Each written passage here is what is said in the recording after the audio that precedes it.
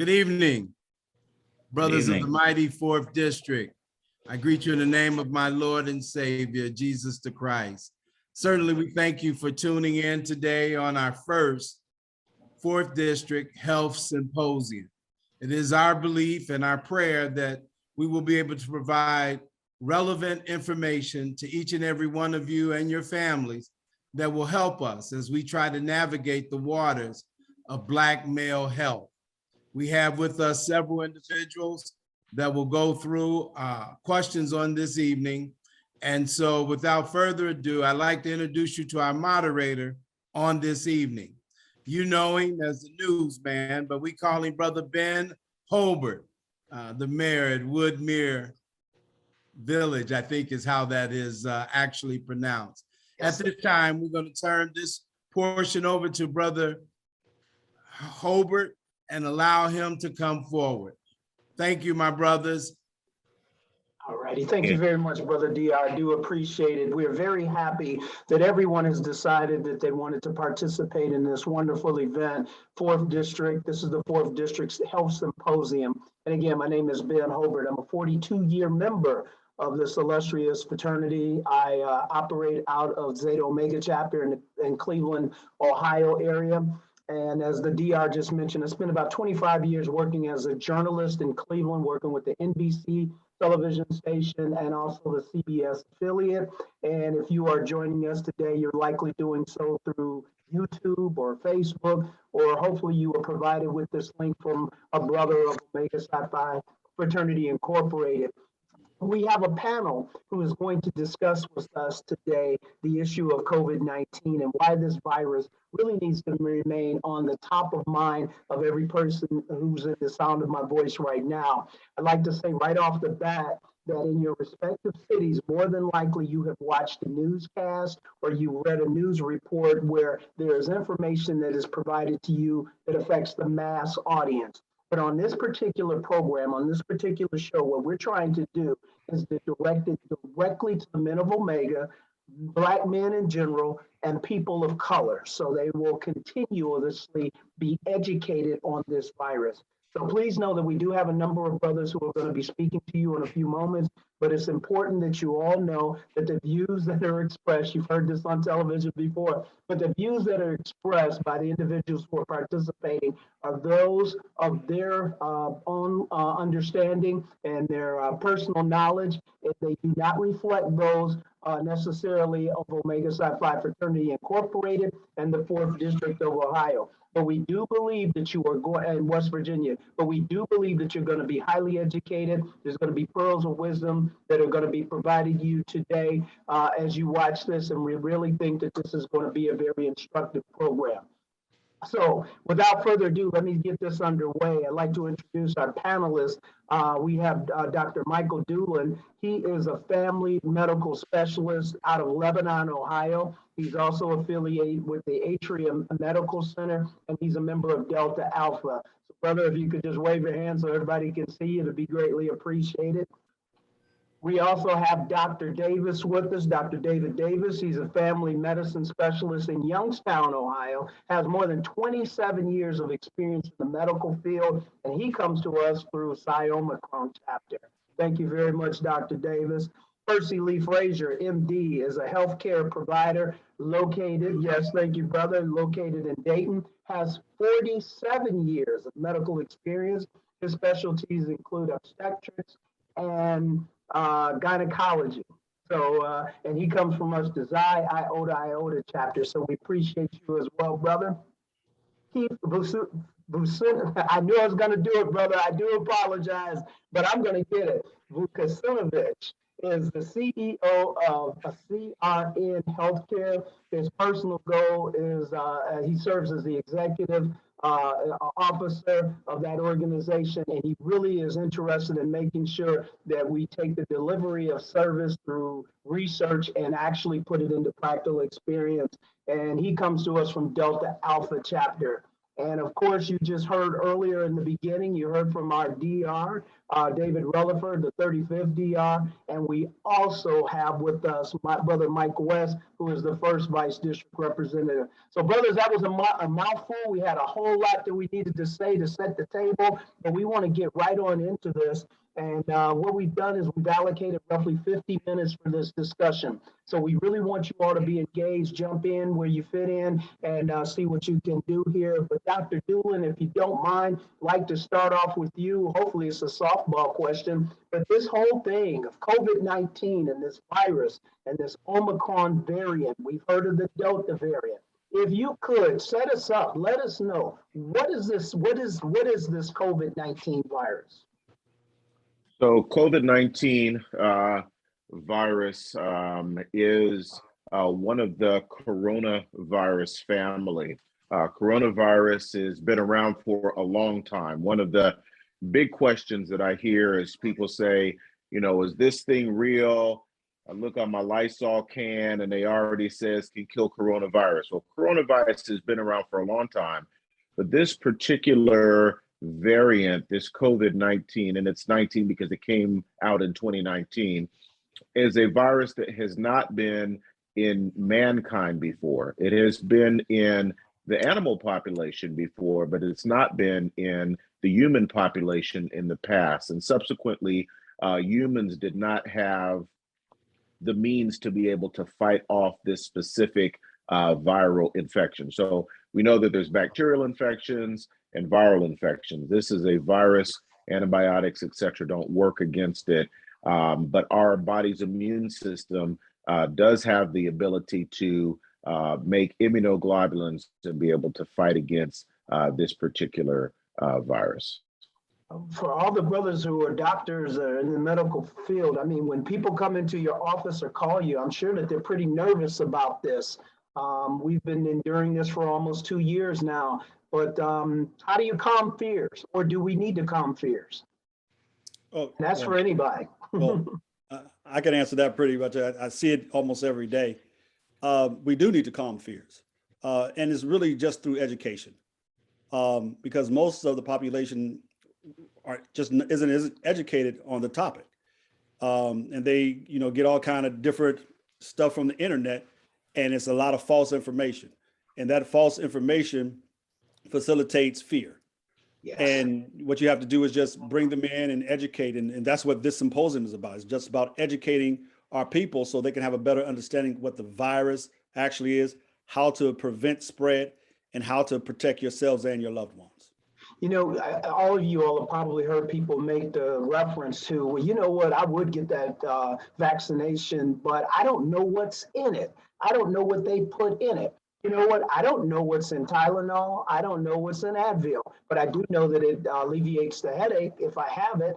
Can you all share a little bit about what you believe as far as this virus, not the virus, but the vaccine, how the vaccine came about and what is in it, if we can answer that? It's a man-made, this is Brother Frazier, it's a man-made treatment for COVID-19. It was actually, the virus itself, excuse me, the virus itself, there are many theories. As you remember, Donald Trump kept calling it a virus from China, the China virus. And it, like as Brother Doolin just said, it's new to man, COVID, but 19 is actually infected man. It's not new, the virus itself is not new.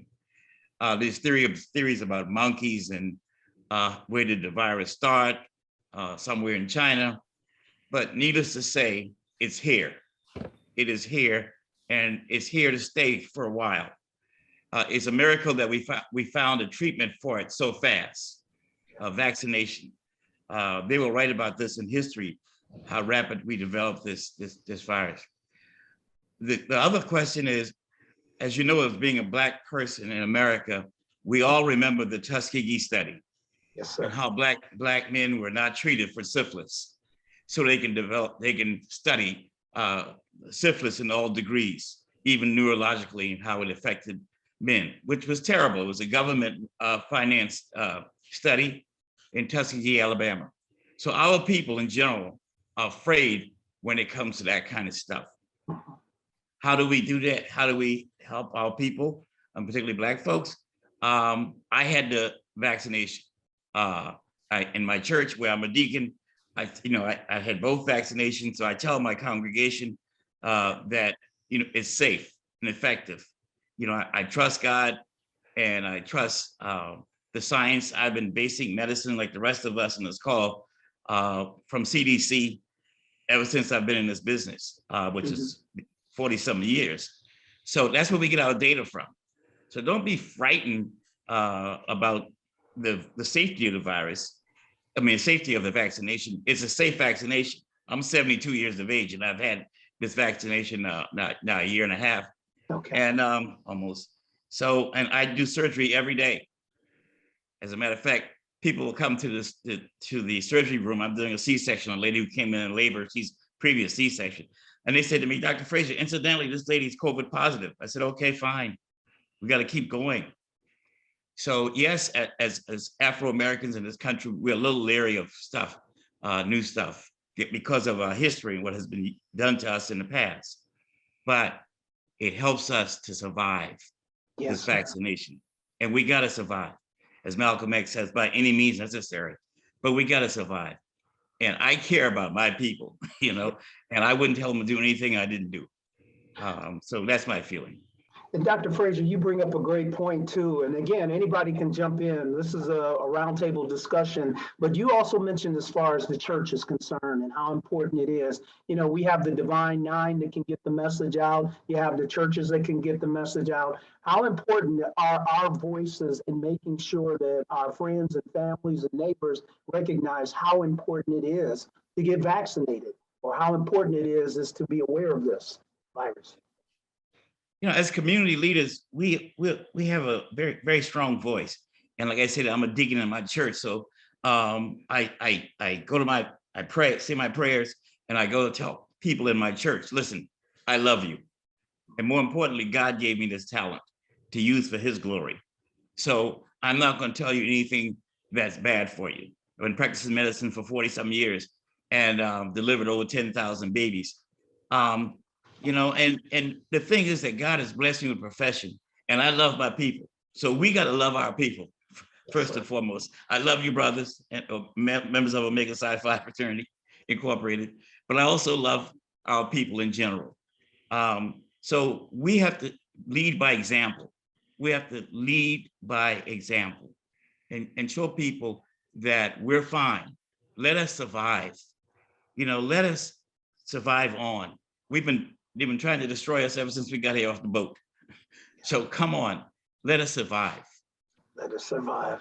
There are 3 different vaccines. Was somebody else want to jump in? I'm sorry. Go ahead, please.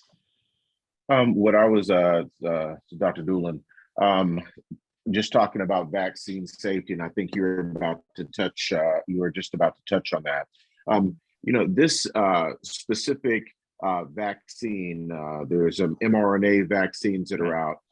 We had a big coronavirus scare a number of years ago, also came from Wuhan, China. And at that point in time, there was a coronavirus vaccine that was made, but that virus died out quickly and it did not become pandemic. What happened is, you can think about this as a car manufacturer.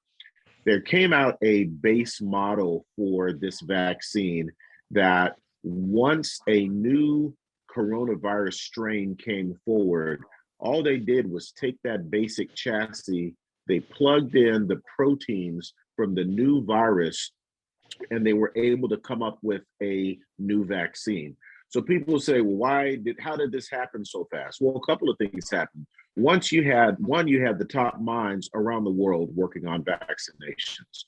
So unlike other vaccines in the past, where it's just been one company and their scientists, you had the top and brightest minds all over the world working together to form a vaccine. 2, we already had a basis for the vaccine from the last coronavirus that came out. And so really it was plug in the new proteins and then make sure that there is immunogenicity to it, that we're able to now make the necessary agents to fight off the virus when you're exposed to it. And once they showed that people were able to have an immune response, then it came to market.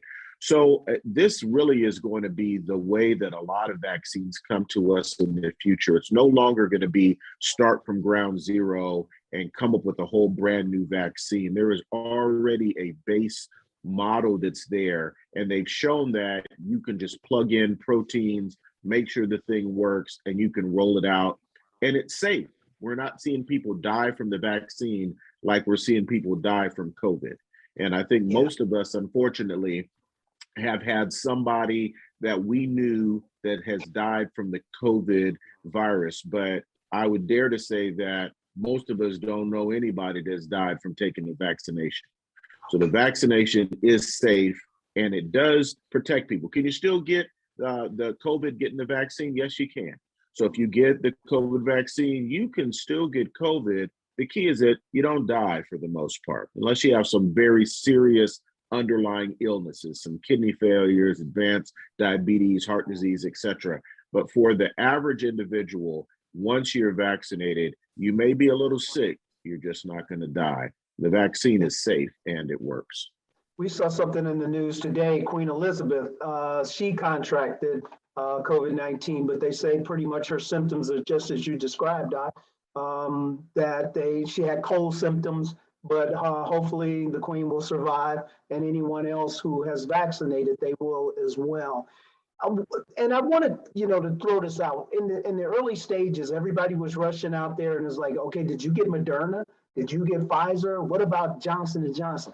Does it matter which pharmaceutical company provided the vaccine? What's most important to do when it comes to that? Do you worry about the three ones that are out there? Or do you just go and get vaccinated? I would say, first of all, get vaccinated. First and foremost, regardless of the three, get vaccinated. However, personally, my preference is the Moderna or Pfizer, the 2 shots, and then you get your booster. You just get more protection, and they've been shown to be more effective and last longer than just the 1 dose with Pfizer. I see. Anyone else want to chime in on that? With Johnson & Johnson. Mm-hmm. Yeah, I agree. I agree with you. I think initially when this thing was hitting, just get vaccinated. I do agree. The latest strain, the Omicron, Pfizer seems to be doing the best out of it, but Moderna and Pfizer seem to be the superior vaccines. So if you've not gotten vaccinated and you're going out now to get vaccinated, Pfizer or Moderna would be the preferable way to go. I agree. And can I get, go right ahead, please. Brother Frazier, there's another reason why we as Afro-Americans should get vaccinated. We're high risk. We have diabetes. We have high blood pressure. We're at high risk for developing serious side effects from this COVID virus, from lung disease to brain cancer, to brain symptoms, neurological symptoms. We're high risk. We've been high risk since we've been here, but we're high risk because we have high blood pressure. As Dr. Doolin will tell you, he sees patients with hypertension and diabetes, thyroid disease, lupus. We in general have these problems and don't get it treated very well a lot of times, and or we don't treat ourselves very well. So please, we should. I have family members that's, there's a chip in this virus. Oh, come on, there's a chip in your cell phone. Thank you. Big brother won't get you. He has your number. Anytime you put your social security number down or whatever. So please, let's, as brothers of Omega Psi Phi, please stress. And those people who don't want to get it, who will argue, shake the dust off your feet and walk away, because there's other folks that need your help. Keith, can we get you involved in this as well in this discussion? I mean, as far as the research is concerned, and I'm sure that you've heard a number of people, as the brother doctors have just mentioned, they're skeptical about getting this. But from your vantage point, can you weigh in a little bit on why this is so vitally important to educate yourself and to get the vaccine? Well, as several of the brothers who are physicians have mentioned, we have higher rates of conditions that predispose us to more negative outcomes. We have problems from absence of self-care and a variety of things, diet, exercise, those sorts of issues. But when I encounter folks who want to mention the Tuskegee experiments, which is valid. I mean, let's be clear. We all know that there have been some atrocities perpetrated on our community in the name of medical research. But what I have pointed out to those folks is when this virus became available, you had white folks trying to get into Black communities where they knew the vaccine was being distributed to jump in line ahead. Now, I know we all don't want to see no more Tuskegee syphilis experiments, but pay attention when rich white folks are pretending to be Black and poor to get in line as fast as they can. That's a hint and a half that this vaccine was not. We don't all have 5G wireless now. We're not being given the mark of the beast. Now, again, I'll take as many vaccinations as they'll give me until I either get an origin story or am bulletproof against this particular virus. But from my field, from behavioral health, we're just trying to make sure that we encourage folks to get accurate information and to not let historical mistrust of medical research jade us from getting the help that we need, because Lord knows this, we are in a double bind with this, that the people who are most often hospitalized and experience the most negative outcomes are those who have the pre-existing conditions, and the rates of diabetes and metabolic syndromes are much higher in our community. So it behooves us to make sure that we take advantage of the vaccinations that are available. And I've had it twice myself. So I know that I had it once right before because we're with healthcare, we got the letter that we were able to get our kind of ahead in line.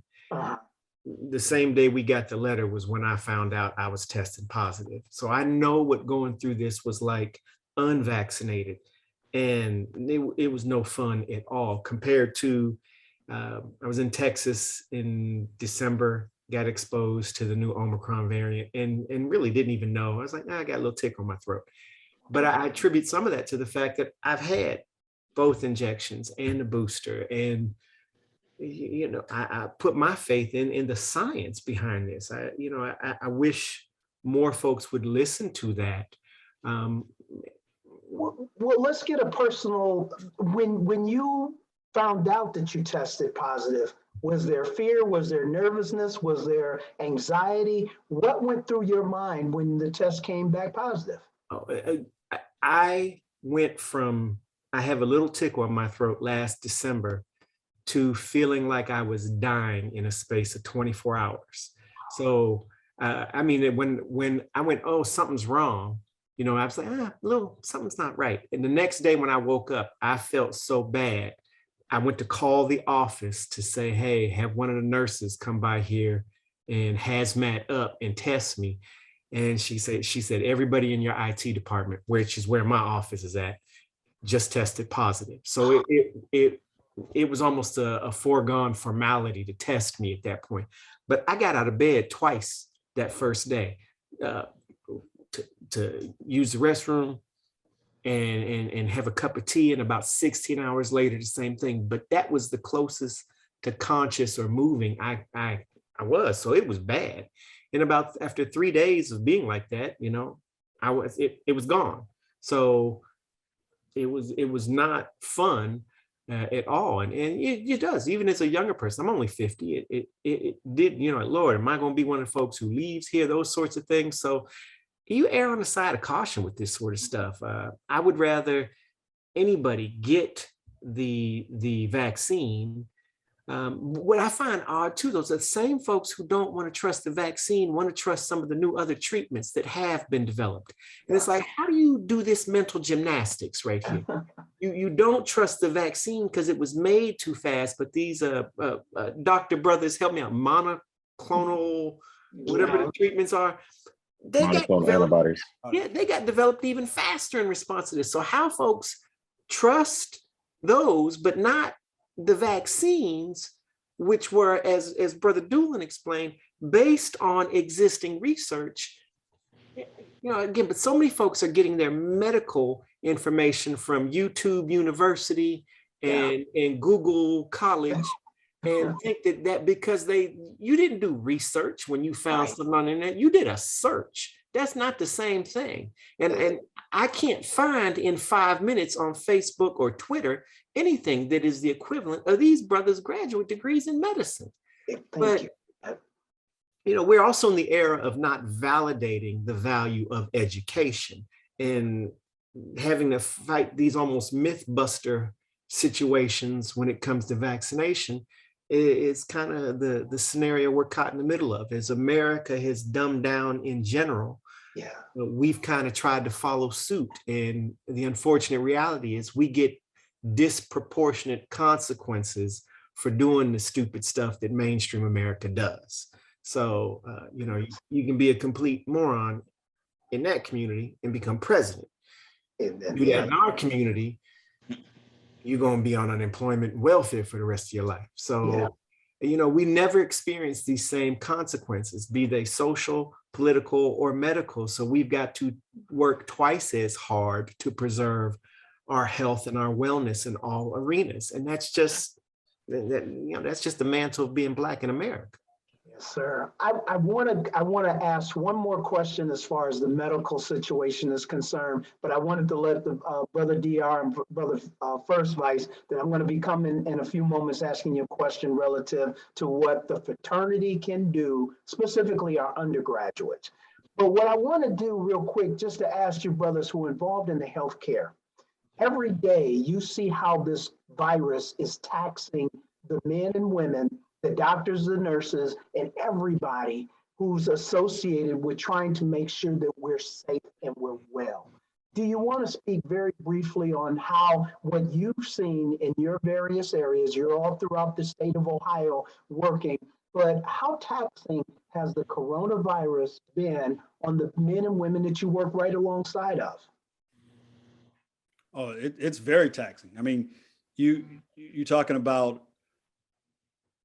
stress as a physician or any type of healthcare provider, your normal everyday stress, which most people couldn't even understand, to tenfold, because every single day, every single moment, someone is asking you about COVID, someone that or a patient is getting sick, and you walk into your office and 2 people died the previous night of COVID.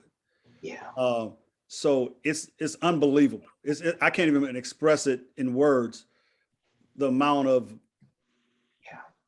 heaviness that you carry as a healthcare professional every day as it relates to this virus.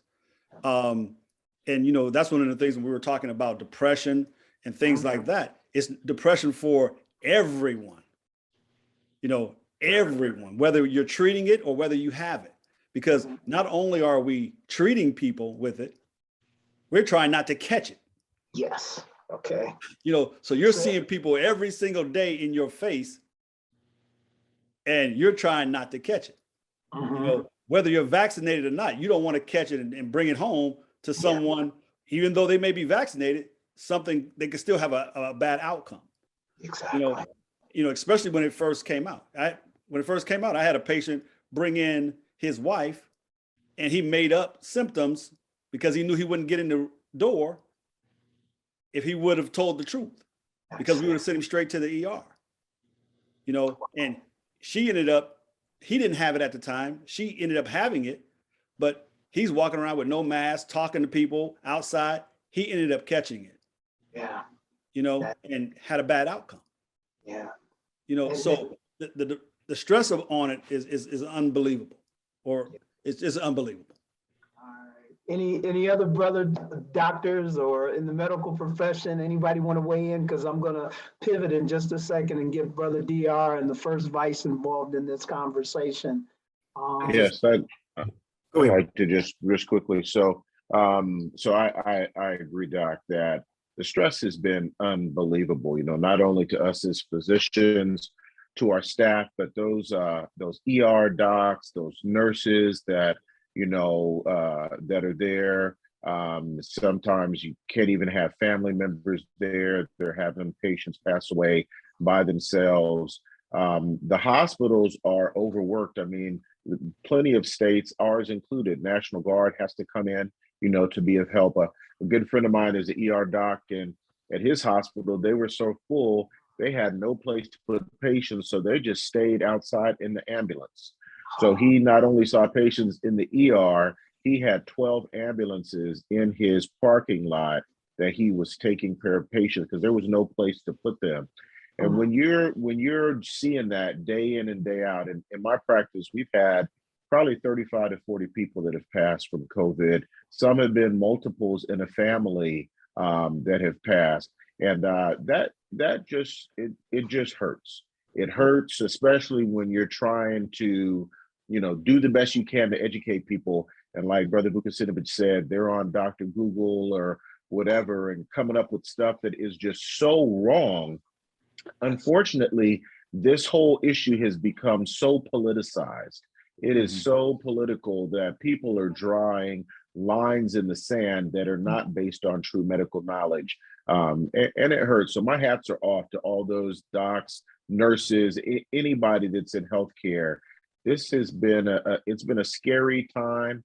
Like he said, I had COVID early when it first came out, and I was sick. I was down for 2 weeks, and there was a few nights that I didn't think I was going to pull through. Thank God I was able to, but it's nothing nice. And to those that are continuing to put their lives on the line to care for others, I just applaud them.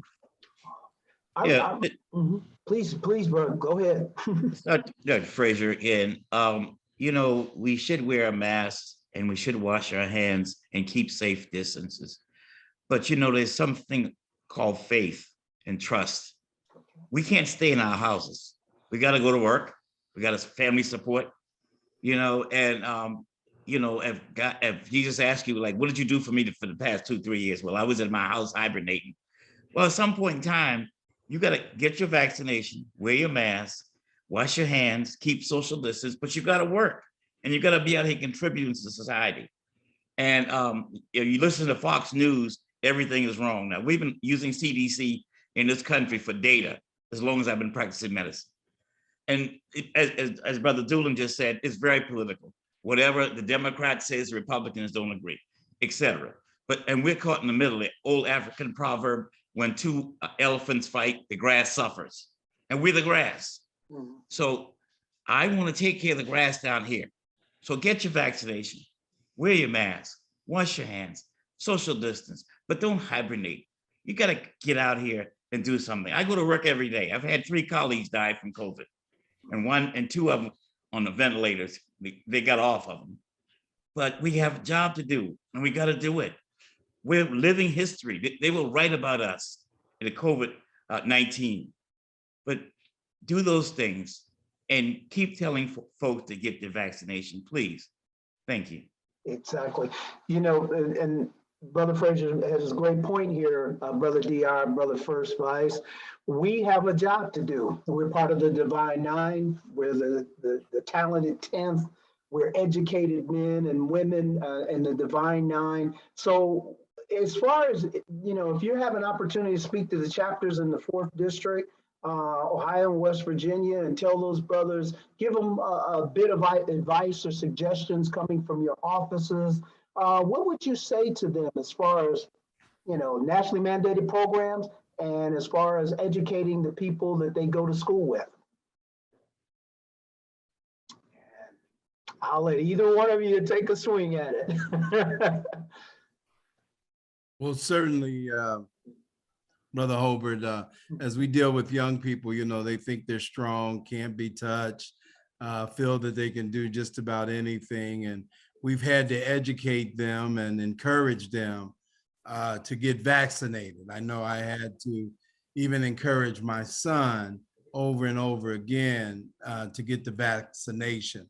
And so we want first to err on the side of caution, following the CDC guidelines and practicing social distancing, wearing a mask, washing their hands, and practicing social safe distance, I should say.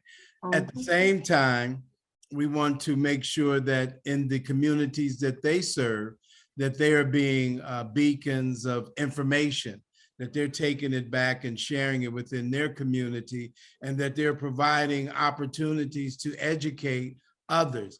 There is a grant that's available for undergraduates, our chapters here in the district, to provide education to others and to receive some monies from the fraternity.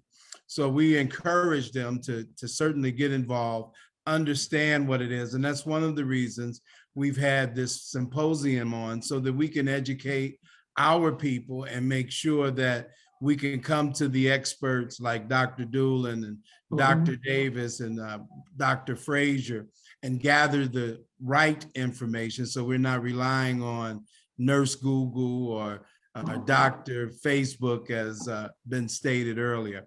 So we're just trying to err on caution and follow the CDC guidelines. Brother First Vice. Yes, sir. You have to take yourself off of mute, and that way we can hear anything that you have to say, Brother First Vice. You know, Brother Holbert, I think Brother DR summed it up extremely well.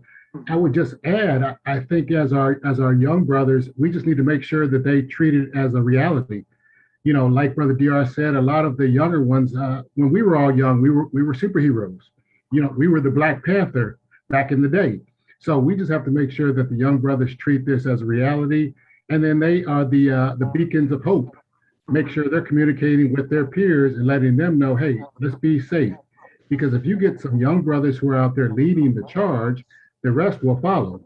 You know, just like with voter registration drive, we're looking for the youth to take over and head to the polls and stroll to the polls. We need the same thing from our young brothers when it comes to champion change with the COVID-19 and all of the variants that they have with it. And then last thing I would just say is be safe.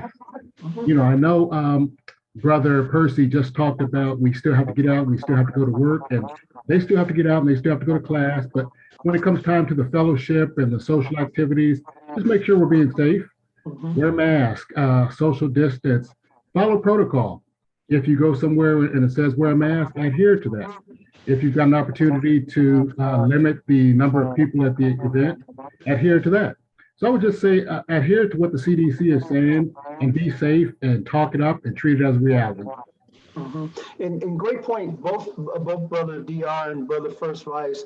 I know in Zeta Omega chapter in Cleveland, we do our annual food basket distribution. And what we do is we make sure that people in our community have food to address the food insecurity situation. But my point specifically is when we do this giveaway, we have brothers at the front door of the event, not only taking temperatures, but then also giving you a pamphlet to say, these are some of the things that you should be watching for, that if either yourself or somebody in your family exhibits these symptoms, this could be a sign that you may have contracted COVID.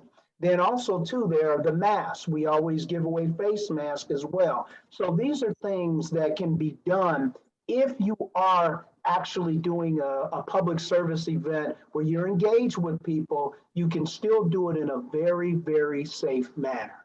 So that's what we're doing at Zeta Omega. And I think, Brother DR, you mentioned as far as a grant is concerned, I can report out to you that Zeta Omega did win a $5,000 grant from the state. So we're working on now to put together something that we can educate the community on COVID-19. So Omega's, we're toiling in the vineyard. We're working at all points in West Virginia and the 750 chapters that we have across this country. Across this whole land, shall I say. I wanted to go back to just one other thing, and we're going to go on an upswing when we get toward the end of our discussion. But one of the things that sort of strikes me that I do want to get our medical professionals back involved in the conversation. But I was talking to the medical director for the village of Woodmere. And in our conversation, he was saying that there's some people who seem to feel, well, if I catch COVID, I'll be all right. Everybody's going to catch it. But one of the things that he mentioned to me was if a person goes on a ventilator and they have COVID, they have roughly a 10 to 12% chance of survival. And I'm sure, and the doctors can weigh in on it, if you are placed on a ventilator, that's not a pleasant experience. So I just want to bounce past it to brothers on the panel who may want to weigh on that particular subject. I mean, you all have mentioned that you've lost patients. So those patients may have very well been on a ventilator before they left this earth. Brothers, anyone would like to comment? Sure, I can start. So one thing that we know about COVID is that the virus sets off some significant inflammatory processes. The lungs is one of those organs that really get hit hard by COVID.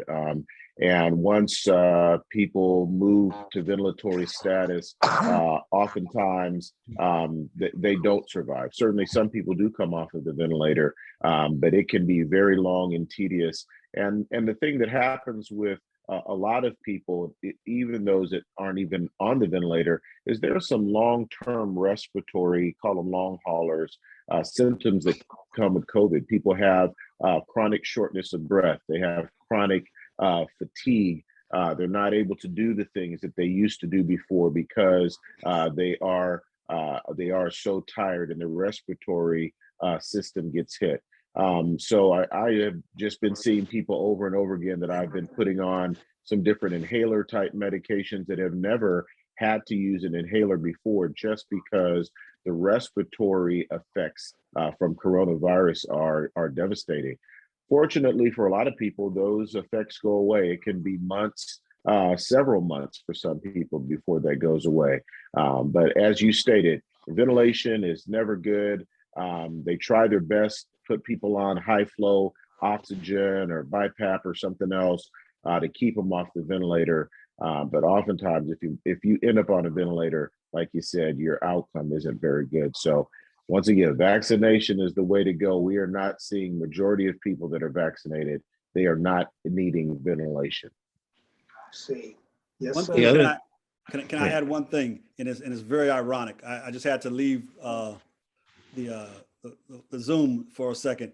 I got a call about a person who tested positive for COVID. Isn't that ironic? Just as we're speaking, and will be admitted to the hospital tonight. And it's a person, of course, who didn't get vaccinated. A younger person who didn't get vaccinated. Again, and I know we keep saying it, but the key: get vaccinated by any means necessary. Get vaccinated. This is Brother Frazier again. The other thing is Dr. Doolin was saying, side effects from the COVID. Taste bud. I have a patient that it's not her sense of taste has not returned. Another one with hearing loss and ringing in the ears, tinnitus. Those are side effects. Lastly, the CDC just came out recommending vaccination for pregnant women because the babies can have problems too, along with mom. You don't want to see a mom on a ventilator pregnant. So that's a recent recommendation from CDC for pregnant women and those who are thinking about getting pregnant. So you can tell your granddaughter or young brothers in the chapter, if you're married, you tell your wife, yes, get the COVID vaccination before we get married. Or if you have it now, before we said have it now, get vaccinated. So we've had studies now on pregnant patients. So please get vaccinated. Thank you. One of the things that if I missed we were talking about side effects. Mm-hmm. One side effect that I don't know if anyone's talked about it yet or not, that I found that was really, really serious and challenging. A doctor friend of mine with the beginning of COVID, him and his wife were on vacation, caught COVID. He didn't catch it, she caught it, family caught it, the kids caught it. And at that time, you know, everyone thinks, okay, if my child catches it, they're going to be okay. The mother survived. He didn't catch it. The children caught it, but they lost taste and smell. Yes. Taste and smell for one of the kids lasted for quite some time. Had some problems with anorexia as a result of that. Just lost a lot of weight. Started to get that back. The child was a straight A student. Okay. But following COVID, they had some cognitive problems where from a straight A student, they went down to a D and F student.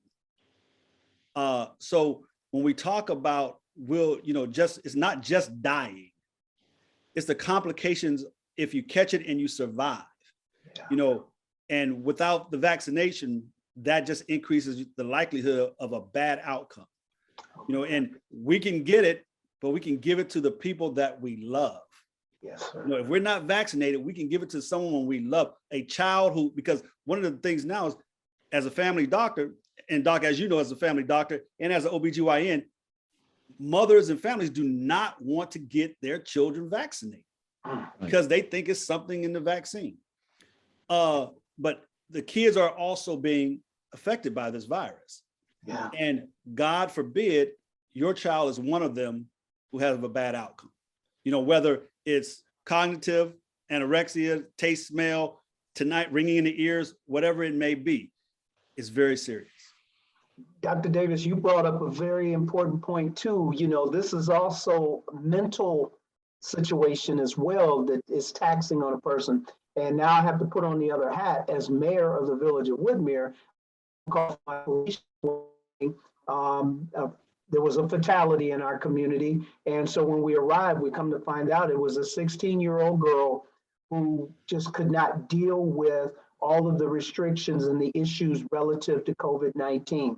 So she took her own life. She didn't have COVID, but everything surrounding. So therefore, this can really be a mentally challenging problem that you got to get your arms around to make sure that your family is okay.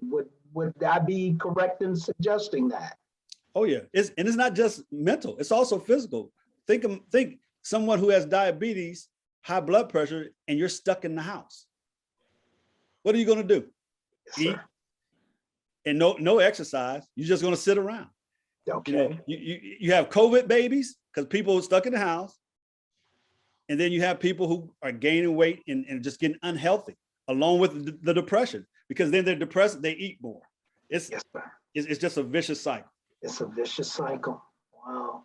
Goodness. Keith, anything you want to add on to that, sir? Somebody, brother just sent me an article about young Black male suicides rising at a faster rate than any other racial group. We are social creatures, okay? And nothing about this isolation that COVID has, whether or not it was right for us to do the shutdowns or anything, history will judge us. But the bottom line is the side effects are that we've erased the gains we made on the opioid epidemic here in Ohio.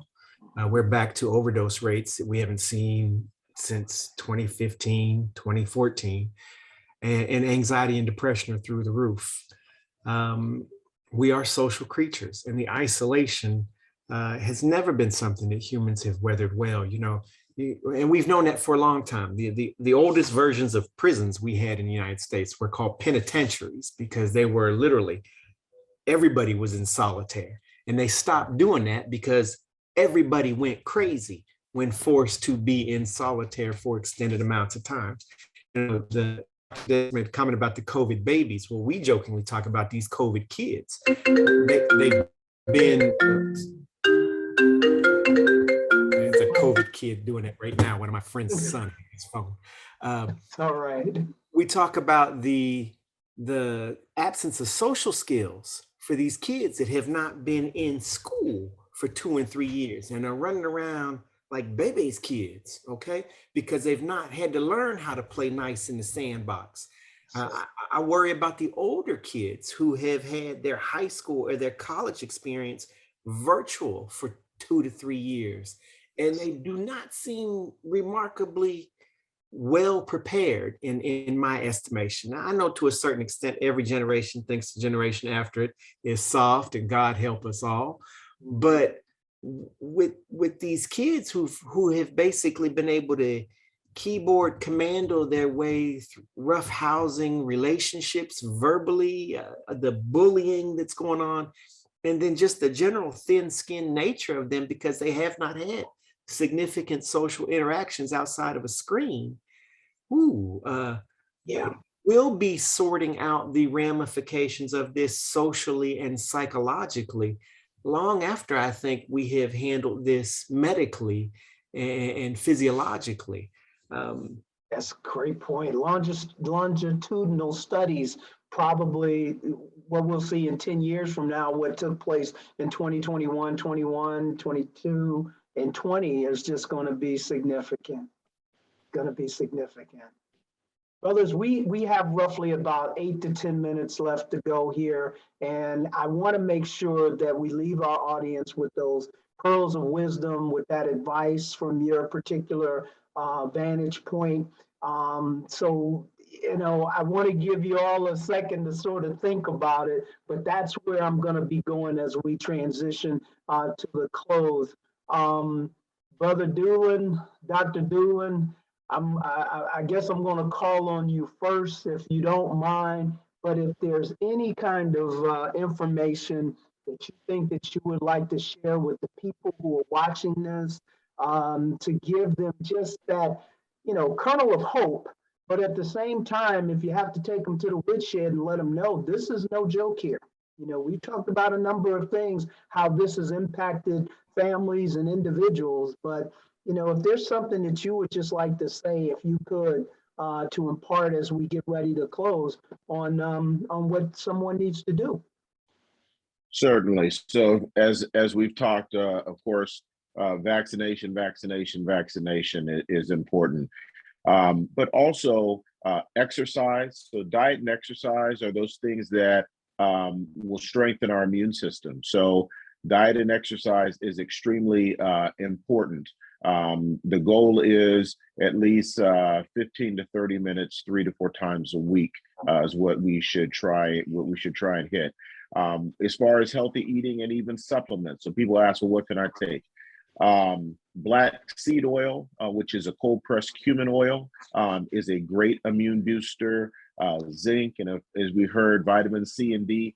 Those are helpful. Now, they're not going to keep you from getting COVID, but what they will do is they'll help increase your immune system. Echinacea is a great immune booster that we can use over time also. So there are some good natural additives that are there, but they should not be relied upon as the primary defense. Your vaccine, diet and exercise, and then those dietary supplements also are extremely important.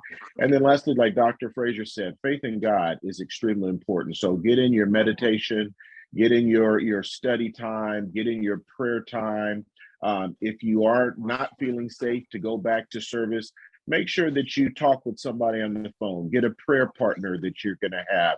Watch your live stream or your Facebook Live for your services, and recognize that as Christians, we have a Lord and Savior that will help carry us through these difficult times that we're in.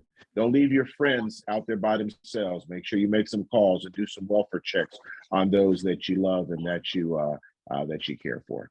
Thank you so much, brother. We do appreciate that. We're going to slide the virtual microphone. Dr. Davis, get an opportunity to share a little bit with our virtual audience. Any advice, suggestions, recommendations that you may have, sir? Dr. Doolin said everything. I mean,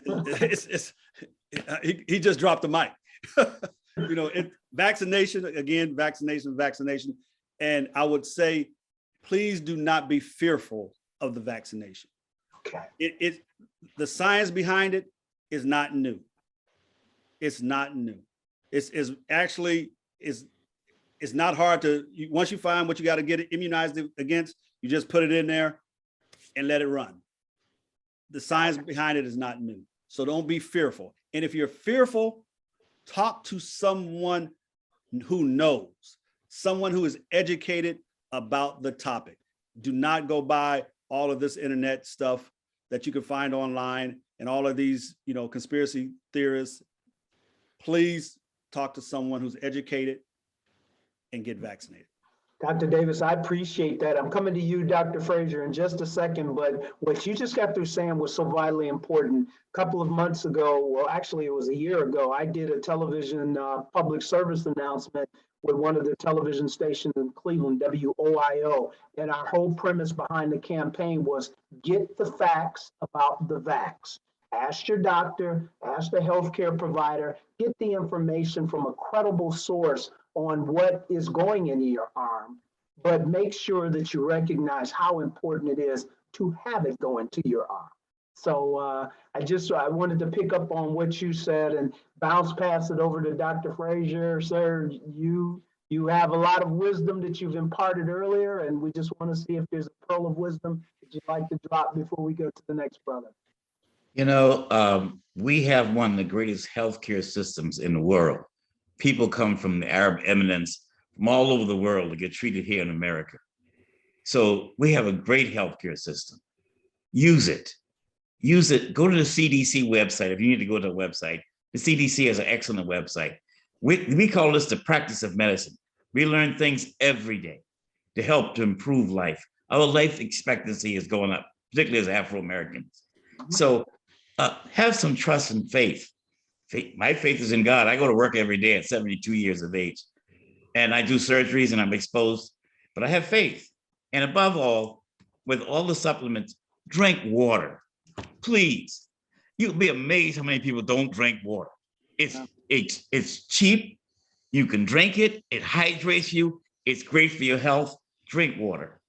Thank you. Thank you so much. I appreciate it. And I'm telling on myself because I got dehydrated back last year. And when I went to the hospital, they said, hey, look, you are dehydrated. You got to drink some water. So there's some little things that we can do to keep this health and safe and well. Keith, we want to bounce pass it over to you to get your final thoughts, sir. Is there anything that you would like to say to our virtual audience to give them a better understanding? I'm all for drinking more water, even though this is not water, but that's a whole different conversation. What I do want to say to folks, though, is along the issues of anxiety and depression, reach out to somebody, talk. I would rather hear your story than read your obituary. And to any brother in the 4th district, look, if you don't have nobody to call me. Okay, I ain't hard to find. All right. And we do a lot of talk about the importance of friendship. All right. So talk to folks. We are unfortunately still in an era where the minute a Black man admits that one of them barbs that life is thrown at us hurts, we end up becoming a meme. We all seen the Michael Jackson crying memes. We didn't seen Will Smith clown. We see Kanye struggling with his issues. And then we wonder why don't no Black men want to talk about how they feel, because the minute you do, you're soft, you're punk, you're a meme, from the very folks who 9 times out of 10 were telling you to talk about what's on your mind. So I think we as Black men must create safe spaces for other Black men to be able to express, look, I'm struggling with some stuff. Because I don't know where these superhuman Black men who, no matter how tough it gets, none of it ever hurts. I ain't met one of them yet. And I'm not him. I don't pretend to be. I done had some bad days. But talk to somebody, reach out, have a conversation. We got to be there for each other. We do have to always lift as we climb. And sometimes that does get heavy. But as the old expression goes, he ain't heavy. He's my brother. Oh my gosh, you teed it up perfectly because our Grand Bachelor's brother Marion, I mean, hey, brother, you're on my mind. And he wants to make sure that we talk to one another, uplift each other, and take care of one another. We are our brother's keeper. I'm going to go to Brother West, who is our first vice district representative. And then Brother DR, you will have the final word, sir. But Brother DR West, can you please share a thought or two as we close out? Definitely, definitely. Yeah, I think the medical professional said it perfectly. The only thing I would add is I would like for us to treat the science as if it's real, and then also don't run from it, because we don't run from a lot of different things that we do right now. We have a lot of different foods that we eat. We have a lot of different drinks that we drink. We have cigarettes that we smoke. And, you know, it's amazing to me. You can look at a package or a carton of cigarettes and it says harmful to your health, may cause cancer. We look at different foods and we see different words in there with 15 letters and 22 letters that we can't even pronounce, but we eat and or drink those different items. So why not take the vaccine?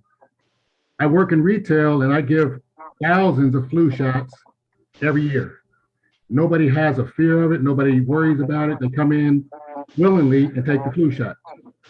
Now that we're giving out COVID vaccinations, people are hesitant. So it goes back to the political arena, like several brothers mentioned before. And then I would just like to end with everything that everybody said about the depression and what's going on in society right now with COVID. There's suicide. There's a lot of different things that are impacting us differently because we are a social people. But what I would say is, as Brother Holbert, you just said, brother, you're on my mind. You know, this is something that the Grand rolled out several years ago, and we need to take it seriously, especially the young brothers. You know, we need to reach back to the young brothers because they're out there in the community. They're out there. They're the ones that are used to hobnobbing and seeing each other every day. We may, you know, the older brothers who are married, we see our wife, we see our family. We may not be out as much outside of work and a few social evenings. So we need to make sure we're reaching out to the young brothers so that they know they have an extension. They have a brother who cares for them. They have somebody who's looking out for them, and they have somebody who's looking for their best interest. So thank you for the time, Brother Holbert. This was a great session, and I just appreciate participating in this event. Outstanding. We appreciate you as well, and thank you so much for all you do. We're going to have the last word coming from Brother Rutherford, who is our district representative, the 35th district representative of Ohio and West Virginia. Before you speak, Brother Rutherford, if I could just simply say thank you so much for the opportunity to serve Omega in this way. I hope that the good Lord has given me a gift that I can return back to this fraternity. Been trying to do it for 42 years, and if the good Lord willing, I'll do it another 42 years if possible. But brothers, I thank each and every one of you all for being here and participating, and it was outstanding, and I learned a lot, and I thank you. So without further ado, I would like to let the Brother DR, Brother Rutherford, the 35th district representative for Ohio and West Virginia. Sir, you have the last word, and you can close it out, please. Thank you, Brother Ben Holbert, for your stellar work as always. Appreciate you. I appreciate each of the panelists, Brother Dr. Doolin, Brother Dr. Davis, Brother Dr. Frazier, Brother Vukasinovich. Appreciate you and the skill set that you bring. Certainly, brothers, we're in a time where we have to touch one another. You know, we've seen such an onslaught of depression, and certainly the things that we're going through, we being the macho men that we are, sometimes we hesitate to reach out and say, hey, I'm struggling with this. I need a little help. But the help is here, brothers, and we ask that you reach out. I want to thank my first vice for coordinating this and helping us put this together and bringing everyone together. It's our desire that we will continue to be a beacon of information for the 4th district, the heartbeat of Omega. And certainly we appreciate all those brothers that would look in, learn something, and certainly you can reach out to these brothers that are currently in the 4th district. Brother Vukasinovich, if you have some mental issues, some things that maybe you want to keep just between you and the professionals, certainly reach out to someone. And then we also have the resources of Brother Dr. Doolin, Davis, as well as Brother Frazier. So don't utilize these resources, my brothers, and let's make sure that we're watching out one for another. Let's lift as we climb. And certainly I thank you. I appreciate you, and may God continue to be with you. Thank you again, Brother Holbert and team.